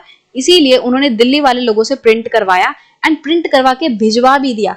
तो ये प्रिंट करने में कॉस्ट आई एंड जो ये एयरवेज के थ्रू भेजने की जो कॉस्ट है ना वो टोटल काफी सस्ती थी। इसीलिए लंदन वाले लोगों ने क्या किया, दिल्ली से ये पूरा सिस्टम हायर किया, दिल्ली से ये पूरी प्रिंट करवाई और प्रिंट करवा के मैगजीन्स मंगाई। तो यहाँ पे देखो किस तरीके से इंफॉर्मेशन टेक्नोलॉजी, ट्रांसपोर्टेशन जो है वो रोल प्ले कर रही है एंड देश में, अलग अलग देशों में बैठे बैठे लोग किस तरीके से इजीली कम्युनिकेट कर रहे हैं। अब दूसरा जो फैक्टर है जिसकी वजह से ग्लोबलाइजेशन इतना आगे बढ़ा है वो है liberalisation of foreign trade and foreign investment policy. Liberalisation का मतलब होता है फ्री होना, आजाद होना। सो फॉरेन ट्रेड के लिबरलाइज होने का मतलब क्या है कि foreign trade and foreign investment किससे आजाद हुए हैं। तो होता क्या है, जब एक कंट्री से दूसरे कंट्री में सामान जाता है या आता है, मान लो ये एक कंट्री से दूसरे कंट्री में सामान जा रहा है, ये कंट्री ए है एंड ये कंट्री बी है। तो जब कंट्री ए से कंट्री बी में सामान जाएगा तो हो सकता है कंट्री बी की गवर्नमेंट जो है इस सामान को रोक दे बीच में ही और बोले कि आप हमारे देश में नहीं एंटर कर सकते, अगर आपको एंटर करना है तो आपको कुछ टैक्स देना पड़ेगा। तो मतलब कि यहाँ पे क्या हो रहा है कि कंट्री ए का सामान जो है एकदम फ्रीली कंट्री बी में नहीं घुस सकता, यहाँ पे कुछ रिस्ट्रिक्शंस लगी हुई हैं जिनसे होने के बाद ही ये जो कंट्री ए का सामान है वो कंट्री बी में घुस सकता है। हो सकता है कि कंट्री ए से कोई सामान जाए कंट्री बी के यहाँ, एंड कंट्री बी जो है उसे रोक के बोल दे कि नहीं, आप बिल्कुल भी एंटर नहीं कर सकते, आपको यहाँ पे आने की इजाजत नहीं है। तो कंट्री ए का जो सामान है वो कंट्री बी में घुस ही नहीं पाएगा। तो यहाँ पे क्या है, यहाँ पे कुछ रिस्ट्रिक्शंस लगी हुई हैं, एंड इन रिस्ट्रिक्शंस को ही हम क्या कहते हैं, ट्रेड बैरियर्स कहते हैं। तो क्या होता है कि कंपनीज जो हैं वो क्या करती हैं, वो जब अपने सामान को किसी दूसरे कंट्री में बेचने की कोशिश करती हैं, तो वो जो दूसरी कंट्री है वहां पे हो सकता है उन्हें टैक्स देना पड़े। ये टैक्स क्या है, ये रिस्ट्रिक्शन है। जैसे अभी हमने देखा कि कंट्री बी जो है वो कह सकती है कि अगर आपको हमारे देश में घुसना है तो आपको इतना टैक्स देना पड़ेगा।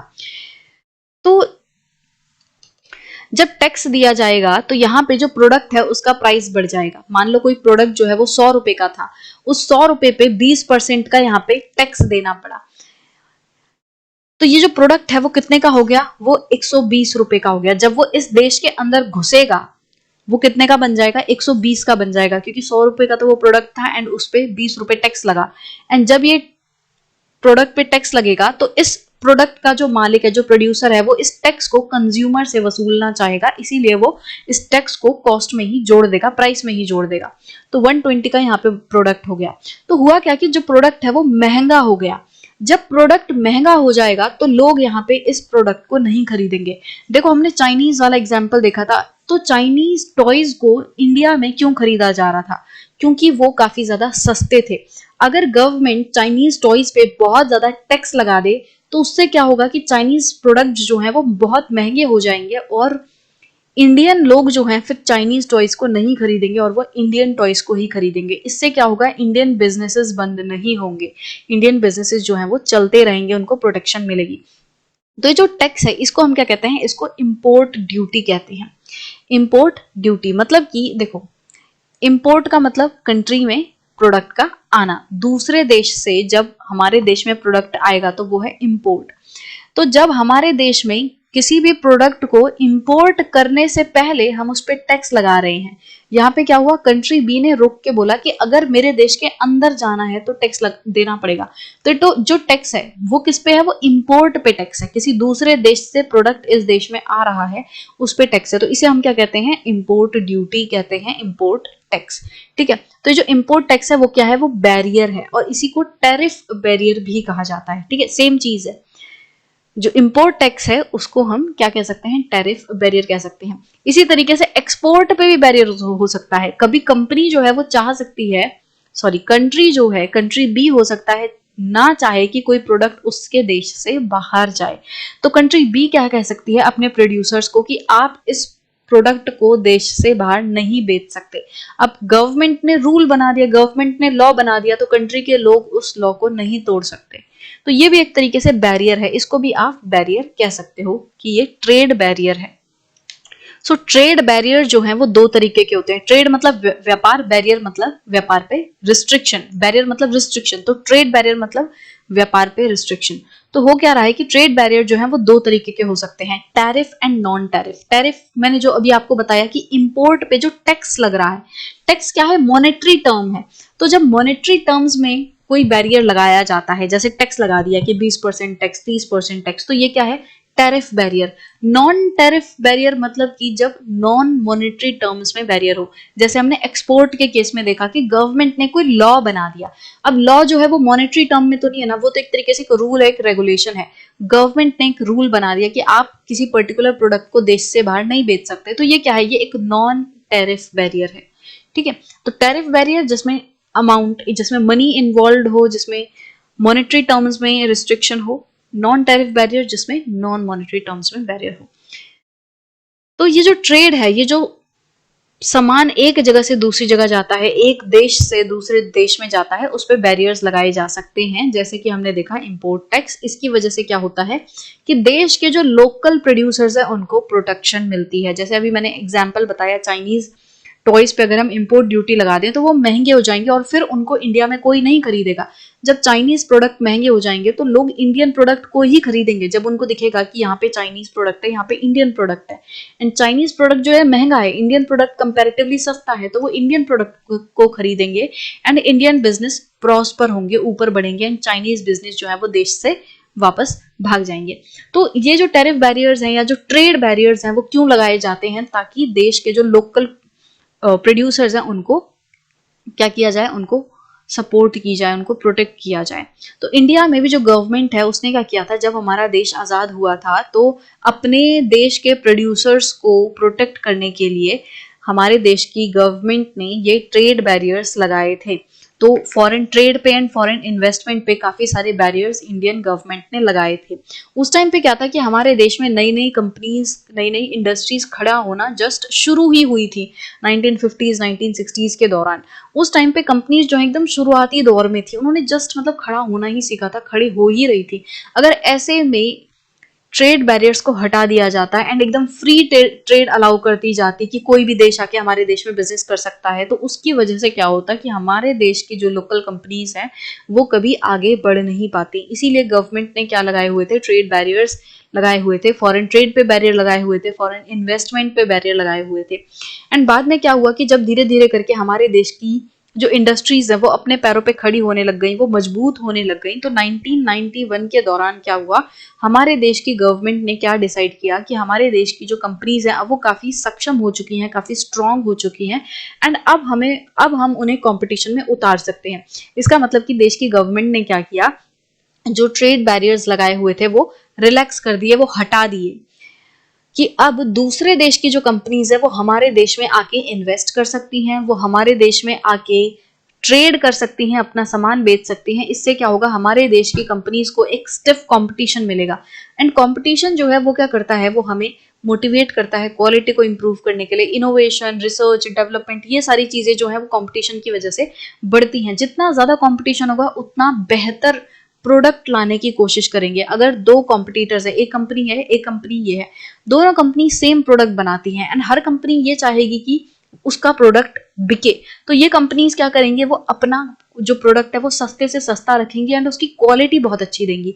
इसकी वजह से क्या होगा, ये जो कंपनीज है वो आगे बढ़ेंगी, नई टेक्नोलॉजी आएगी, नया प्रोडक्ट डेवलपमेंट होगा एंड इससे कंज्यूमर्स को बहुत ज्यादा फायदा होता है। जब कंपटीशन होता है कंपनीज के बीच में तो कंज्यूमर को क्या फायदा होता है, क्योंकि कंपनीज compete कर रही हैं एक दूसरे से, तो वो सस्ते से सस्ता प्रोडक्ट बेचती हैं, तो कंज्यूमर्स को सस्ता प्रोडक्ट मिलता है, अच्छी क्वालिटी पे मिलता है एंड ऑप्शंस बहुत ज्यादा मिल जाते हैं प्रोड्यूसर्स को, सॉरी कंज्यूमर्स को। सो इंडिया में भी 1991 में जो बैरियर्स थे, ट्रेड बैरियर्स थे फॉरेन ट्रेड के ऊपर, फॉरेन इन्वेस्टमेंट के ऊपर, उन्हें काफी हद तक हटा दिया गया। ऐसा नहीं कि बिल्कुल ही जीरो कर दिया गया, सारे बैरियर्स हटा दिए गए, ऐसा नहीं था, मैक्सिमम बैरियर्स हटा दिए गए, बट फिर भी कुछ एक आध बैरियर था फिर भी, ताकि कुछ लोगों को फिर भी प्रोटेक्ट किया जा सके। रिमूविंग बैरियर्स और restrictions set by the government is what is known as liberalisation. And जब गवर्नमेंट इन रिस्ट्रिक्शंस एंड इन बैरियर्स को रिमूव कर देती है, हटा देती है, इसी चीज को हम क्या कहते हैं, लिबरलाइजेशन। तो यहाँ पे क्या हुआ, ट्रेड आजाद हो गई, ट्रेड लगभग फ्री हो गई। अब दूसरे देश से हमारे देश में सामान आ सकता है, दूसरे देश की कंपनी हमारे देश में आके काम कर सकती है, दूसरे देश के लोग हमारे देश में इन्वेस्ट कर सकते हैं, हम किसी दूसरे देश को सामान बेच सकते हैं, हमारे देश की कंपनीज दूसरे देशों में जाके काम कर सकती हैं, हमारे देश के लोग, हमारे देश की कंपनीज दूसरे देश में जाके इन्वेस्ट कर सकती हैं। तो दोनों चीजें हो सकती हैं। तो अब क्या हुआ, ट्रेड फ्री हो गया, आराम से हमारे देश के अंदर बाहर चीजें आ जा सकती हैं। तो ये क्या हुआ, लिबरलाइजेशन ऑफ ट्रेड। इसकी वजह से भी जो ग्लोबलाइजेशन है वो बहुत ज्यादा बढ़ा। जब ट्रेड फ्री हो जाती है, जब ट्रेड लिबरलाइज हो जाती है, तो एक देश दूसरे देश के साथ बहुत आसानी से ट्रेड कर सकता है। अब बात करते हैं वर्ल्ड ट्रेड ऑर्गेनाइजेशन का। तो जब हमारे देश ने अपनी रिस्ट्रिक्शंस को हटाने की बात की, कि हमारे ट्रेड पे जो रिस्ट्रिक्शंस है जब हम उन्हें हटाने की बात कर रहे थे, सो बहुत सारी ऐसी इंटरनेशनल ऑर्गेनाइजेशंस थी जिन्होंने हमारे इस डिसीजन को, बैरियर्स को हटाने के डिसीजन को काफी वेलकम किया। तो उनमें से एक ऑर्गेनाइजेशन थी वर्ल्ड ट्रेड ऑर्गेनाइजेशन। तो ये एक इंटरनेशनल लेवल की ऑर्गेनाइजेशन है जो कि डेवलप्ड कंट्रीज द्वारा बनाई गई थी। सो 1 जनवरी 1995 में WTO बनाई गई थी एंड आज के डेट में इसमें लगभग 166 मेंबर्स हैं। इसका जो ऑफिस है वो जेनेवा स्विट्जरलैंड में है। वहीं से इसके मतलब सारे जो एक तरीके से एडमिनिस्ट्रेशन का काम है वो वहीं से होता है। तो इसके बारे में कुछ फैक्ट थे। एंड अब ये WTO करती क्या है, ये एक तरीके से ऐसी इंटरनेशनल ऑर्गेनाइजेशन है जो कि इंटरनेशनल ट्रेड को रेगुलेट करने की कोशिश करती है।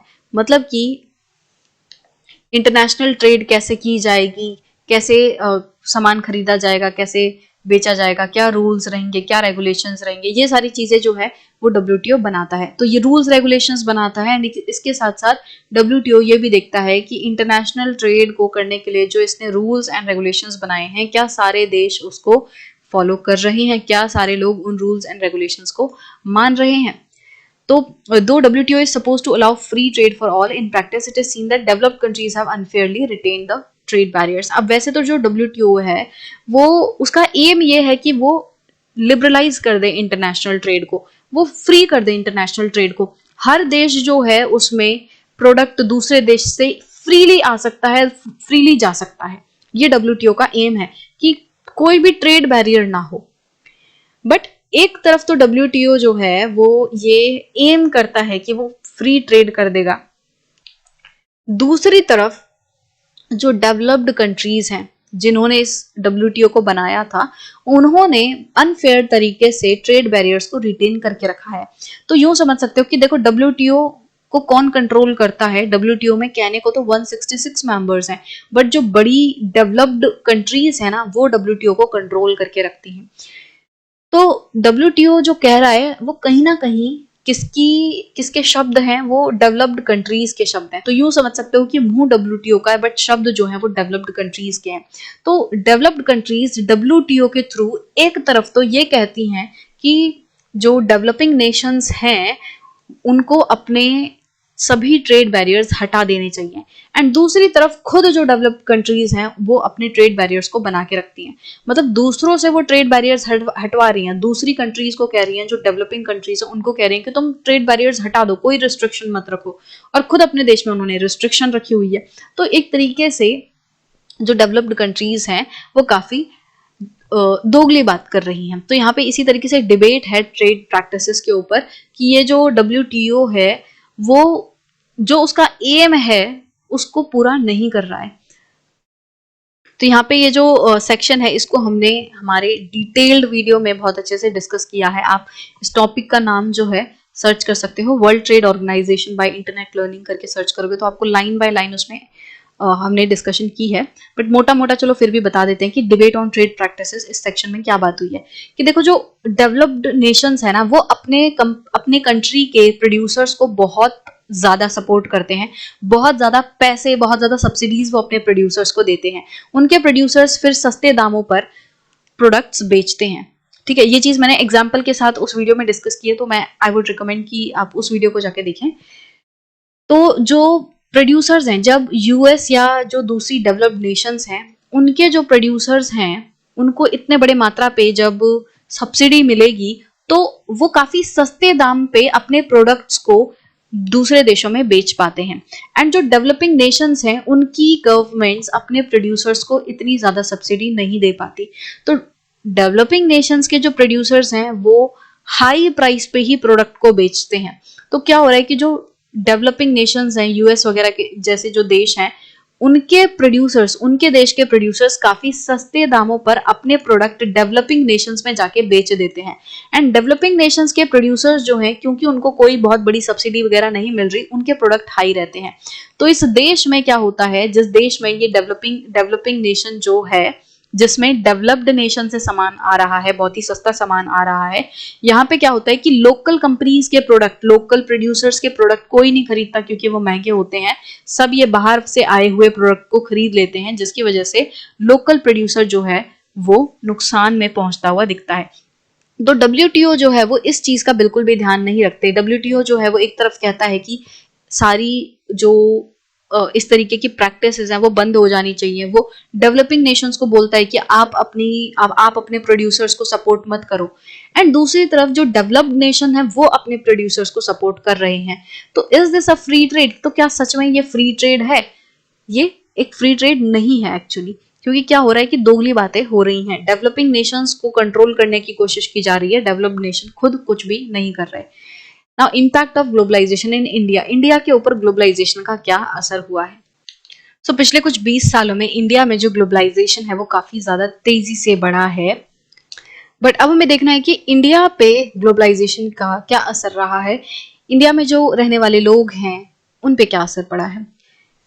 ग्लोबलाइजेशन जो है इसकी वजह से प्रोड्यूसर्स के बीच में काफ़ी ज़्यादा कंपटीशन बढ़ा है, चाहे लोकल प्रोड्यूसर्स हो चाहे फॉरेन प्रोड्यूसर्स हो, सब में कंपटीशन बहुत ज़्यादा बढ़ा है। मतलब कि अगर हमारे देश में कोई लोकल कंपनी भी है, ठीक है, अब यहाँ पे क्या हुआ, कोई दूसरी लोकल कंपनी खड़ी हो गई तो आपस में इन लोकल कंपनीज में कंपटीशन होगा, क्योंकि हमारी इकोनॉमी ग्रो कर रही है। मतलब सिर्फ ग्लोबलाइजेशन नहीं है, इन जनरल हमारी इकोनॉमी ग्रो कर रही है, तो इंडिया के ही जो प्रोड्यूसर्स हैं उनमें आपस में कंपटीशन हो रहा है।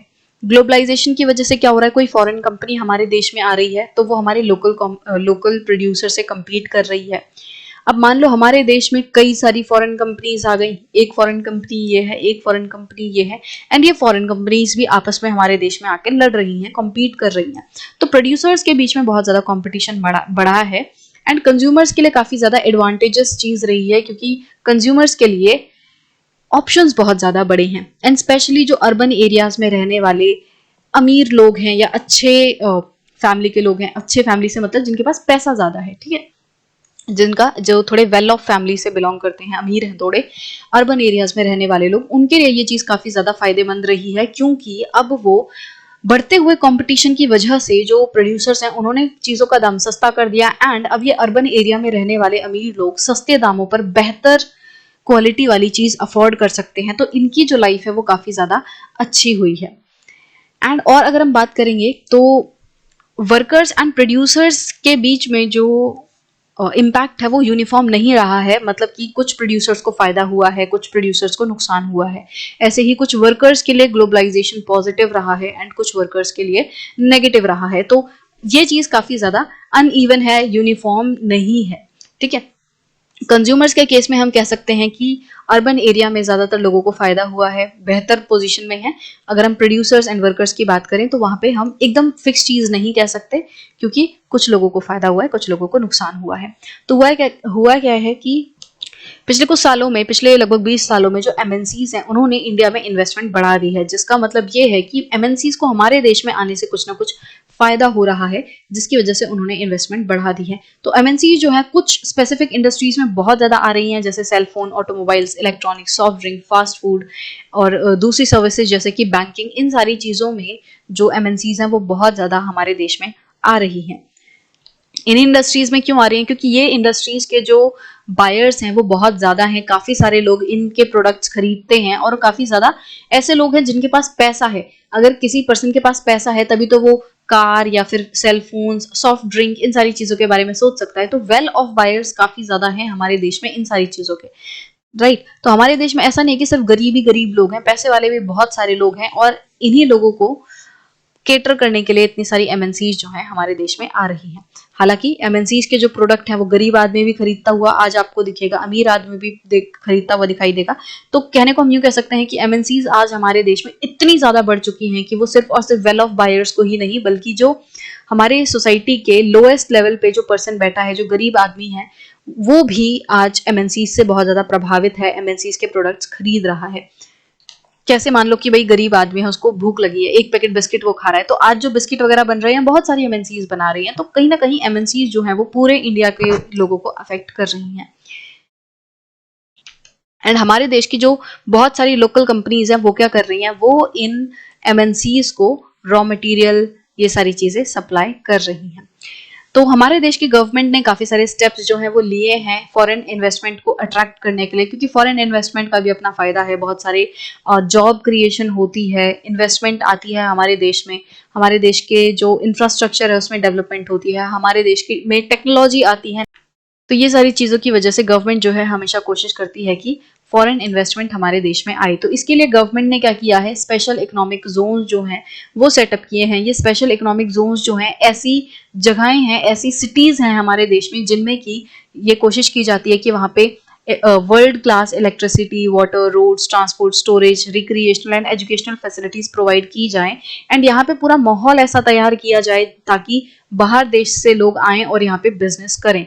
तो स्पेशल इकोनॉमिक जोन्स जो हैं ये ऐसी जगहें हैं जो कि इंडस्ट्रियल जोन्स हैं, मतलब यहाँ पे बिजनेसेस के लिए एक प्रॉपर, एक सूटेबल कंडीशंस तैयार की जा रही हैं ताकि बाहर देश से लोग आके यहाँ पे बिजनेसेस खड़े कर सकें।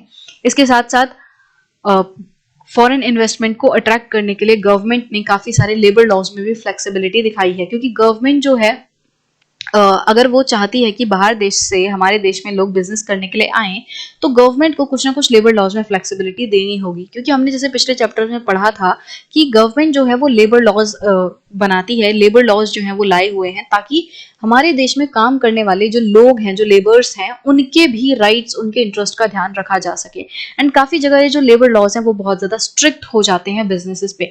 अगर लेबर लॉज बहुत ज्यादा स्ट्रिक्ट होंगे तो कंपनीज जो है वो अवॉइड करेंगी उस जगह पे जाना। तो गवर्नमेंट क्या करती है, लेबर लॉज में काफी ज्यादा फ्लेक्सिबिलिटी ला रही है ताकि ज्यादा से ज्यादा बिजनेसेस हमारे देश में आए। अब सेकेंडली क्या है कि दूसरा अगर हम असर देखें कि एमएनसीज का या ग्लोबलाइजेशन का इंडिया पे क्या हुआ है, तो इंडिया की भी बहुत सारी कंपनीज जो हैं उनको इस बढ़ते हुए कंपटीशन से फायदा हुआ है, इस ग्लोबलाइजेशन की वजह से फायदा हुआ है, क्योंकि हमारे देश की बहुत सारी कंपनीज जो हैं वो आगे बढ़ी हैं, उनको बेहतर टेक्नोलॉजी मिली है, उनको सस्ते दामों पर प्रोडक्ट बनाने का एक नया जरिया मिला है, उन्होंने बड़ी बड़ी कंपनीज के साथ, एमएनसीज के साथ हाथ मिलाया है। तो इससे क्या हो रहा है कि हमारे देश की भी बहुत सारी कंपनीज जो हैं वो आगे बढ़ी हैं। एंड सिर्फ और सिर्फ फॉरेन कंपनीज की मदद से ही आगे नहीं बढ़ी हैं, बल्कि बहुत सारी कंपनीज जो हैं वो अपने दम पे भी आगे बढ़ी हैं। बहुत सारी इंडियन कंपनीज जो हैं वो मल्टीनेशनल निकल कर आई हैं, जैसे टाटा मोटर्स हो गई जो कि ऑटोमोबाइल में डील करती हैं, इन्फोसिस जो कि आईटी में डील करती है, रैनबैक्सी मेडिसिन में डील करती है, एशियन पेंट्स में डील करती है, इसी तरीके से सुंदरम फास्टनर जो कि नट्स एंड बोल्ट्स में डील करती है। तो ये कुछ कंपनीज हैं जो कि इंडियन कंपनीज हैं एंड ये मल्टीनेशनल कॉर्पोरेशंस है, मतलब ये हैं इंडियन कंपनीज, इंडिया की ये ओरिजिनेशन है इनकी, इंडिया के लोग इनको ओन करते हैं एंड ये कंपनीज दुनिया भर में ऑपरेट करती हैं। ठीक है, तो ऐसा नहीं है कि ग्लोबलाइजेशन की वजह से सिर्फ दूसरे देशों को ही फायदा हुआ है, दूसरे देश की कंपनीज ही हमारे देश में आई हैं, ऐसा नहीं है। हमारे देश की कंपनी भी बहुत सारे दूसरे देशों में गई हैं एंड उन्होंने काफी अच्छा बिजनेस किया है। ग्लोबलाइजेशन जो हैं उन्होंने, मतलब ये जो पूरी ग्लोबलाइजेशन का पूरा सिस्टम है, ग्लोबलाइजेशन की एक्टिविटीज है, इनकी वजह से क्या हुआ है, सर्विसेज के सेक्टर में भी काफी ज्यादा बूम आया है, स्पेशली आईटी इंडस्ट्री जो इंफॉर्मेशन एंड कम्युनिकेशन टेक्नोलॉजी है उसमें काफी ज्यादा बढ़ोतरी देखने मिली है ग्लोबलाइजेशन की वजह से। जैसे हमने एग्जांपल देखा कि किस तरीके से लंदन बेस्ड कंपनी जो है वो इंडिया में से, जो न्यू दिल्ली है वहां से अपनी मैगजीन्स डिजाइन करवा रही है, प्रिंट करवा रही है। तो मतलब सर्विसेज में भी इंडिया जो है उसको बहुत ज्यादा फायदा हुआ है। आज इंडिया जो है एक तरीके से आईटी हब है, बहुत सारी इंफॉर्मेशन एंड कम्युनिकेशन टेक्नोलॉजी की जो सर्विसेज हैं वो हम दूसरे देशों को देते हैं। आईटी एंड कम्युनिकेशन सर्विसेज के साथ साथ data entry, accounting, administrative task, engineering, ये सारी जो सर्विसेज हैं वो भी हम दूसरे देशों को, डेवलप्ड नेशंस को काफी ज्यादा मात्रा में प्रोवाइड कर रहे हैं। अब अगर हम बात करें कि किस तरीके से हमारे देश के स्मॉल प्रोड्यूसर्स के ऊपर असर पड़ा है ग्लोबलाइजेशन का, तो यहाँ पे एक एग्जांपल दिया हुआ है रवि का। तो रवि जो है वो एक कैपेसिटर की कंपनी चलाते हैं, कैपेसिटर की उन्होंने छोटी सी कंपनी जो है शुरू की थी। तो जब उन्होंने कंपनी शुरू की तो शुरू करने के कुछ ही टाइम में उनका बिजनेस अच्छा चलने लग गया एंड उनके अंदर लगभग 20 वर्कर्स काम करने लग गए। बट हुआ क्या कि 2001 के बाद इंडिया ने डब्ल्यूटीओ के साथ एक एग्रीमेंट किया, जिसकी वजह से दूसरे देशों से काफी सारी कंपनीज इंडिया में आके कैपेसिटर्स बनाने लग गई एंड टीवीज बनाने लग गई। होता क्या था कि रवि जो है वो बहुत सारे कैपेसिटर्स जो हैं वो टीवी मैन्युफैक्चरिंग कंपनीज को बेचते थे। बट जब दूसरे देश की टीवी मैन्युफैक्चरिंग कंपनीज आ गई तो उन्होंने अपने अपने कैपेसिटर्स जो है वो खुद डेवलप किए। अगर कोई किसी को कैपेसिटर चाहिए भी तो वो इंपोर्ट करते थे, दूसरे देश से सस्ते कैपेसिटर्स खरीदते थे। तो मतलब कि अब रवि से कोई भी बहुत लोग कैपेसिटर्स नहीं खरीद रहे थे। जो टीवी मैन्युफैक्चरिंग कंपनीज पहले रवि से कैपेसिटर खरीदती थी, अब वो क्या कर रही हैं, वो मल्टीनेशनल कॉर्पोरेशन के साथ मिलके टीवी बना रही हैं एंड वो रवि के कैपेसिटर को नहीं खरीद रही, बल्कि वो क्या कर रही हैं, वो दूसरे देशों से सस्ते कैपेसिटर्स इंपोर्ट कर रही हैं। इसकी वजह से क्या हुआ, रवि का बिजनेस बहुत ज्यादा नीचे जाने लग गया एंड पहले जब वो कहाँ तो 20 वर्कर्स के साथ काम करते थे, अब उनके नीचे सिर्फ और सिर्फ लगभग 7 वर्कर्स जो हैं वो काम करते हैं। बहुत सारे रवि के ऐसे फ्रेंड्स थे जो कि सेम बिजनेस में थे, वो कैपेसिटर्स बनाते थे एंड आज उनका बिजनेस जो है वो बंद हो चुका है। एंड क्या जो रवि का कैपेसिटर का बिजनेस है वो भी काफी ज्यादा नीचे जा चुका है, क्योंकि एमएनसीज आ गई। टीवी मैन्युफैक्चरिंग वाली जो कंपनीज हैं वो रवि से कैपेसिटर्स खरीदती थी, बट अब वो भी नहीं खरीद रही, तो रवि को काफी ज्यादा दिक्कत झेलनी पड़ रही है। तो यहाँ पे क्या हो रहा है कि एमएनसीज की वजह से जो लोकल प्रोड्यूसर्स हैं, स्मॉल एंड मार्जिनल प्रोड्यूसर्स हैं, उनको बहुत दिक्कत आ रही है। इसी तरीके से जो वर्कर्स हैं उनके ऊपर किस तरीके से एमएनसी का अफेक्ट हुआ है। तो यहाँ पे क्या बताया हुआ है कि जो बड़े बड़े एमएनसीज हैं वो क्या करती हैं, वो बहुत सारी चीजों का ऑर्डर वो हमारे देश के प्रोड्यूसर्स को देती हैं, एंड हमारे देश के जो प्रोड्यूसर्स हैं वो सस्ते दाम करने के लिए, क्योंकि देखो एमएनसीज क्यों आ रही हैं, एमएनसीज हमारे देश के प्रोड्यूसर से सामान क्यों खरीद रही हैं, क्योंकि वो सस्ता दे रहे हैं। एंड ज्यादा से ज्यादा एमएनसीज को अपनी तरफ अट्रैक्ट करने के लिए ये प्रोड्यूसर्स और ज्यादा सस्ते दामों पर प्रोडक्ट देने लगते हैं कि कहीं ऐसा ना हो एमएनसी किसी और देश के प्रोड्यूसर्स के पास चली जाए। तो ये प्रोड्यूसर्स क्या करते हैं, अपने नॉर्मल दाम से भी और ज्यादा सस्ता दाम कर लेते हैं। एंड इस चक्कर में प्रोड्यूसर्स जब अपनी प्राइस कम कर लेते हैं, कम प्राइस पे एमएनसीज को सामान बेचते हैं, तो इन्हें अपनी कॉस्ट भी कम करनी पड़ती है। एंड कॉस्ट कम करने के लिए ये क्या करते हैं, ये रॉ मटेरियल की तो कॉस्ट कम नहीं कर सकते, ये क्या करते हैं, ये लेबर कॉस्ट को कम करते हैं। पहले तो कहाँ ये परमानेंट लेबर्स को रखते थे, बट अब कॉस्ट कम करने के लिए ये लोग परमानेंट बेसिस पे लेबर्स को रखना बंद कर देते हैं। ये क्या करते हैं, जब पीक सीजन होगा, जब बहुत ज्यादा बिजी सीजन होगा, तब ये लोग लेबर को हायर करते हैं ज्यादा मात्रा में, एंड कुछ महीनों बाद उन्हें निकाल देते हैं।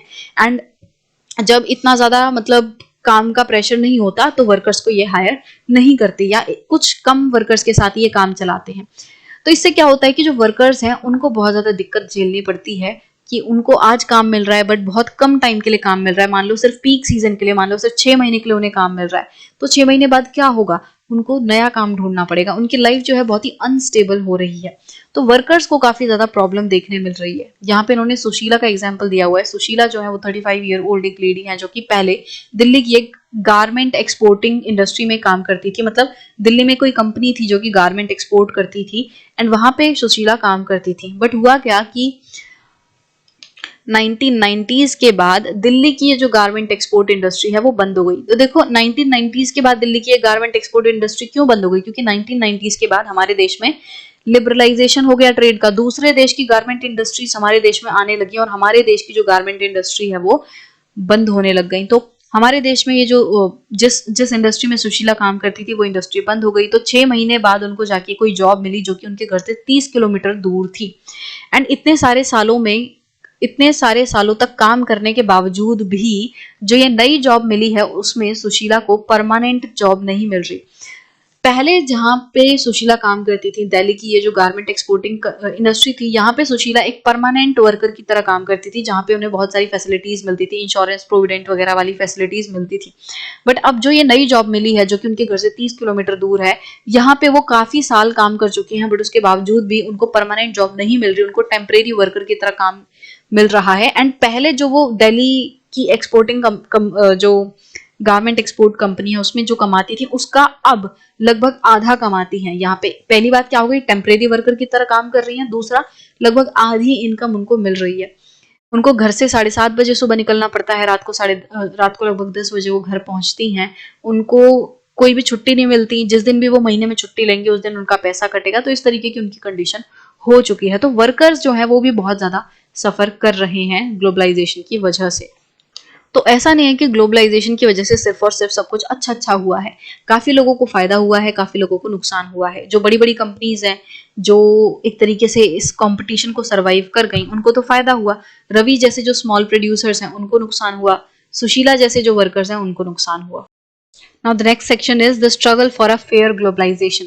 तो अभी हमने ऊपर पढ़ा कि जो ग्लोबलाइजेशन है उससे कुछ लोगों को फायदा हुआ है, कुछ लोगों को नुकसान।